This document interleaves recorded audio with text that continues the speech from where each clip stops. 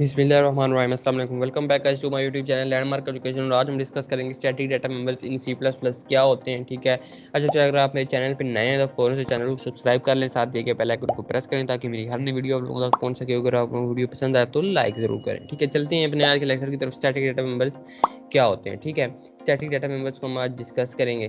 ठीक हो गया। अच्छा तो static data members, what is static data member. अच्छा यार, ये जो इंग्लिश लिखी है ना, इसको मैं अपनी सिंपल एक्सप्लेन करता हूँ कि होते क्या है। लेट्स सपोज आपने कोई एक काम करना है। Let's suppose static data members भाई अच्छा, अब आप सोच रहे होगे कि भाई हमने सिंपल डाटा मेंबर्स पढ़े थे, मेंबर फंक्शन पढ़े थे, अब ये स्टैटिक डाटा मेंबर्स क्या होते हैं भाई, हमें बताओ ना क्या होते हैं। ठीक है, तो यार स्टैटिक डाटा मेंबर्स ये होते हैं। लेट्स सपोज आपने किसी डाटा मेंबर्स में कोई इंक्रीमेंट करवाना है, बार बार आप चाह रहे हो कि भाई इंक्रीमेंट होता रहे अनटिल जब तक कोड है उसमें वो काम होता रहे, तो और वो वही वैल्यूज में स्टोर रहे। ठीक है, और वही वैल्यूज में स्टोर रहे, वापस जीरो ना होती रहे, तो उसलिए हम उसको स्टैटिक कर देते हैं। ठीक है, अभी हम थोड़ी देर बाद इसकी एग्जांपल देखते हैं। क्या सपोज हमें कोड एक कह रहा है कि कोड लिखो जिसमें आपने जितने ऑब्जेक्ट क्रिएट करने हैं, हमें कोड बता दे कि भाई आपने कितने ऑब्जेक्ट क्रिएट करे, हमें ये आउटपुट दे दे। ठीक है, अच्छा तो ठीक है, हम लिख लेते हैं कोड, थोड़ी देर बाद इसको देख के लिख लेते हैं। Static data member function. अच्छा, अब ये आ गया स्टैटिक डाटा। अब static function, static member function क्या होते हैं। अब ना वो तो था डाटा मेंबर्स। अब आपने सिंपल अगर एक वर्ड को इंक्रीमेंट या डिक्रीमेंट करवाना है और उसमें रहे तो वो था वो। अब अगर आपने किसी होल फंक्शन के अंदर ना वही काम करना है कि वो तो डाटा मेंबर्स था। ठीक है, अब static member function are used to maintain a single copy of a class member function across the various object. अब ये क्या कहता है कि भाई आपने ये उस फंक्शन मेंबर फंक्शन की एक सिंगल कॉपी अपने पास रखता है। ठीक है, थोड़ी देर बाद इसकी एग्जांपल हम देखते हैं। एक कॉपी अपने पास रखता है कि इसमें ये आ गया था। ठीक है, static member function are called either by itself independently of an object by using class name. अच्छा, अब ये होता क्या है, क्लास ये फंक्शन हम कॉल कैसे कहते हैं। ठीक है, इसका सिंटैक्स कुछ इस तरह का होता है। स्टैटिक लिखते हैं, उसके बाद उसकी रिटर्न टाइप लिखते हैं और उसका फंक्शन नेम लिखते हैं। ठीक है, अब उसको हम लिखते कैसे हैं, डिफाइन या डिक्लेयर कैसे करते हैं। ठीक है, ये तो था वो। अब उसको हम कॉल कैसे करते हैं, name of class, scope resolution operator, function का नाम, कोई रिटर्न टाइप नहीं, कोई कुछ नहीं, सिंपल ये है। अब ये आपने खुद मिस्टेक नहीं करनी कि भाई आप खुद रिटर्न टाइप डाल दो, खुद कुछ डाल दो तो बाद में कहो कि भाई ने तो हमें ये बताया था। ठीक है, तो इसलिए भाई पे कुछ नहीं करना। ठीक है, स्टैटिक मेंबर फंक्शन के कुछ की पॉइंट्स हैं जो मैं आपके साथ डिस्कस करना चाह रहा था। Static member function can only access static member data. मतलब कि स्टैटिक मेंबर फंक्शन में हम स्टैटिक मेंबर डाटा ही डिक्लेयर कर सकते हैं या ये वही चीज़ एक्सेस कर सकता है, इसके अलावा ये कुछ चीज़ एक्सेस नहीं कर सकता। ठीक है, static member function member data members outside function outside the class. अच्छा, हम इनको क्या करते हैं, डिफाइन या इनिशियलाइज कहाँ करते हैं, आउटसाइड ऑफ द क्लास। ठीक हो गया। You must take note not to use static member function in same manner as non static member function। मतलब कि अगर आपने फंक्शन स्टैटिक बना लिया है तो उसी को नॉन स्टैटिक नहीं बनाना। ठीक है, अदरवाइज ये क्या करेगा, ये आपको एरर अकर करेगा। ठीक हो गया। Non static member function can called only after अच्छा ऑब्जेक्ट। अच्छा, अब ये बात सुने, नॉन मेंबर फंक्शन को हम तब भी एक्सेस कर सकते हैं जब हम उसकी क्लास का कोई ऑब्जेक्ट बनाएं और उस ऑब्जेक्ट से उसको कॉल कर सकते हैं। But in static member function can called even when a class is not initiated.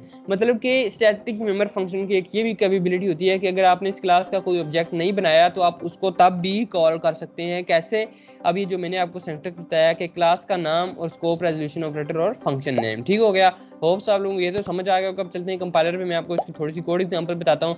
अच्छा तो यार, ये मैंने आप लोग ये कोड एग्जांपल बना के रखी हुई है, मैं कोड को ज़्यादा लेंथी नहीं करना चाह रहा था इस वजह से, सॉरी वीडियो को ज़्यादा लेंथी नहीं करना चाह रहा था इस वजह से मैंने पहले से बना के रखी हुई है। अच्छा तो अगर आप लोगों को मेरी वीडियो पसंद आ रही है तो लाइक करें, फ़ौरन से जाकर चैनल को सब्सक्राइब करें और अपने फ्रेंड्स के साथ शेयर करें। मुझे कमेंट्स में बताएं कि आप लोगों को मेरी वीडियो कैसे लगे। ठीक है, अच्छा तो यार आपने एक क्लास ले ली बॉक्स। ठीक है, अब हम एक बॉक्स ले ली। ठीक है, और उसकी लेंथ, ब्रेथ और हाइट ले ली। अब जाहिर बात है उसकी लेंथ भी होगी, ब्रेथ भी होगी और हाइट भी होगी एक बॉक्स की। ठीक है, और डबल डाटा टाइप्स की तीनों ले ली। ठीक है, अच्छा अब आगे आ जाती है कि भाई ये बात याद रखें, हमने इसको प्राइवेट एक्सेस स्पेसिफायर के नीचे क्रिएट किए। अच्छा, अब आगे आ जाती है बात कि हमने एक स्टैटिक डाटा मेंबर्स ले लिया, इंट ऑब्जेक्ट काउंट। ये क्या करेगा, ये हमें बताएगा कि आपने कितने ऑब्जेक्ट्स क्रिएट किए। ठीक है, अब उसके बाद हमने एक कंस्ट्रक्टर डिफाइन कर दिया जिसमें हमने क्या किया, ऊपर एक डबल ले लिया एल, डबल लेंथ ले ली, एक ब्रेथ के लिए ले लिया और एक हाइट के लिए। इसमें क्या कर दिया, डिफॉल्ट वैल्यू कुछ स्टोर कर दी 2.0 2.0 2.0। ठीक है, ये इनमें हमने डिफॉल्ट वैल्यू स्टोर करवाई में। ठीक है,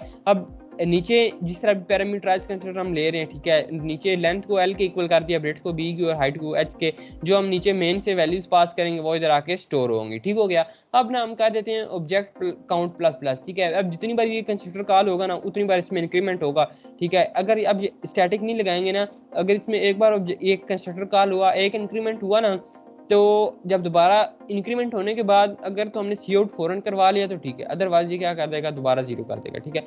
अब ये बात आती है कि भाई हमने इसको कैसे डिफॉल्ट वैल्यू स्टोर करवानी है। इसमें अगर हमने कोई वैल्यू स्टोर करवानी हो कि भाई हमने फलां वैल्यू से काउंट करना शुरू करना है, तो वो कैसे करेंगे? क्या हम उसको by using simple initialization concept कर सकते हैं? नो। अगर उस तरह करेंगे तो एरर आएगा। आपने कैसे इसको इनिशियलाइज करवाना है, ये 29th लाइन पे जो मैं ग्रीन लाइन शो कर रहा हूँ आपको, ये देखें, इंटीजर बॉक्स, इंटीजर मतलब return type, class name, scope resolution operator और ऑब्जेक्ट डाटा मेंबर्स का नाम इक्वल्स टू जो भी आपने इसमें वैल्यू स्टोर करवानी है, ये वो आएगा, ठीक है। अभी देखो मैंने ऊपर कमेंट भी किया है कि initialize static member of a class box, अगर आप ऐसा नहीं करेंगे तो ये एरर देगा, ठीक है, हो गया।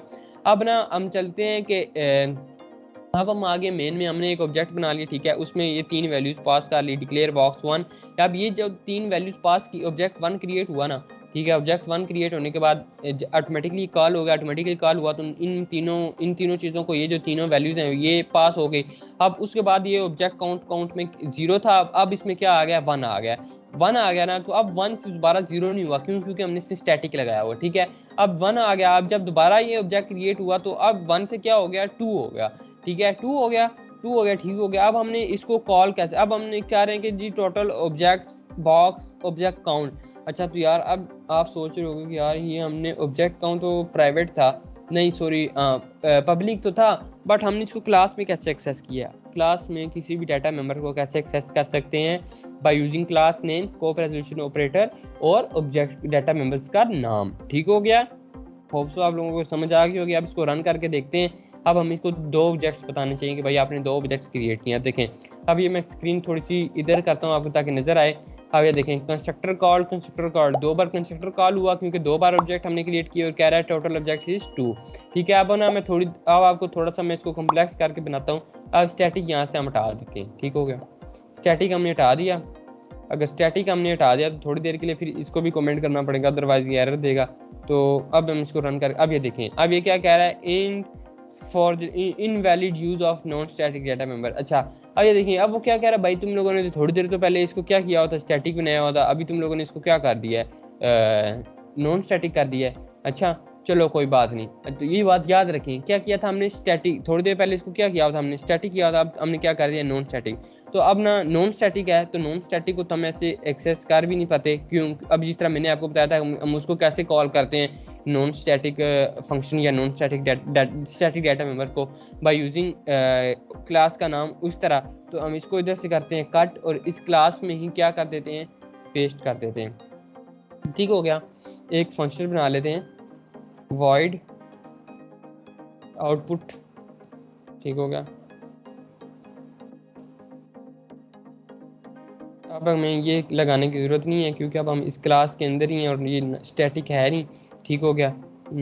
अच्छा तो अब ना इस ऑब्जेक्ट को भी हम कॉल कर लेते हैं। अच्छा अब ये देखें, अब इस ऑब्जेक्ट को क्या उसे कहते हैं, एक बार कॉल करेंगे तो हमें बताएगा ऑब्जेक्ट 1 1 का है, अगर दूसरी एक से कॉल करेंगे तो कहेगा 1 है, ठीक है, कोई मसला नहीं है। मैं भी आपको करके दिखा देता हूँ, बॉक्स डॉट, सॉरी इधर बी कैपिटल है तो इस वजह से शायद एरर आ रहा है, बॉक्स 1 डॉट आउटपुट, ठीक हो गया, डॉट आउटपुट, ठीक है। अब इसकी आउटपुट देखिएगा, अब इन दोनों के आउटपुट में डिफरेंस देखिएगा क्या आ रहा है हमारे पास, ठीक है। Constructor called total object created, अब टोटल ऑब्जेक्ट, अब इसने कोई गार्बेज वैल्यू दे दी है और दूसरी बार इसने क्या किया, टोटल ऑब्जेक्ट 2। तो अब ये देख लें, टोटल ऑब्जेक्ट 2 उसने दे दिया है, क्यों? टोटल ऑब्जेक्ट 2 उसने कब दिया है भाई, टोटल ऑब्जेक्ट 2 उसने तब दिया जब हमने ऑब्जेक्ट 2 से उस फंक्शन को कॉल कराया, बट अगर हम ऑब्जेक्ट 1 से उसको फंक्शन को कॉल करवाना चाह रहे हो तो हमें कैसे पता चलेगा? अब ये तो हमें काउंट करके बताया ही रहा, पहली बात उसने गार्बेज वैल्यू दे दी है, ठीक है। तो होप सो यार आप लोगों को आज के अब ये देख लें, अब स्टैटिक डाटा मेंबर और स्टैटिक मेंबर फंक्शन आपस में रिलेटेड ही हैं, एक दूसरे से मिलती जुलती हैं। अब हमने क्या किया, स्टैटिक मेंबर को डिस्कस किया, अगर यही फंक्शन में हम करते तो क्या आ जाता, वो स्टैटिक मेंबर फंक्शन आ जाता। ठीक है, होप सो आप लोगों को आज का लेक्चर समझ आया, अगर पसंद भी आया, अगर पसंद आया तो यार फ़ौरन से लाइक करो, चैनल को सब्सक्राइब करो, अपने फ्रेंड के साथ शेयर करो, कमेंट्स में जो होता होगा आप लोगों को मेरी वीडियो कैसी लगी। होप सो आपको आज का लेक्चर समझ आ गया होगा। मिलते हैं अपने नेक्स्ट लेक्चर में, आज तक लेते हैं काफ़ी, अल्लाह।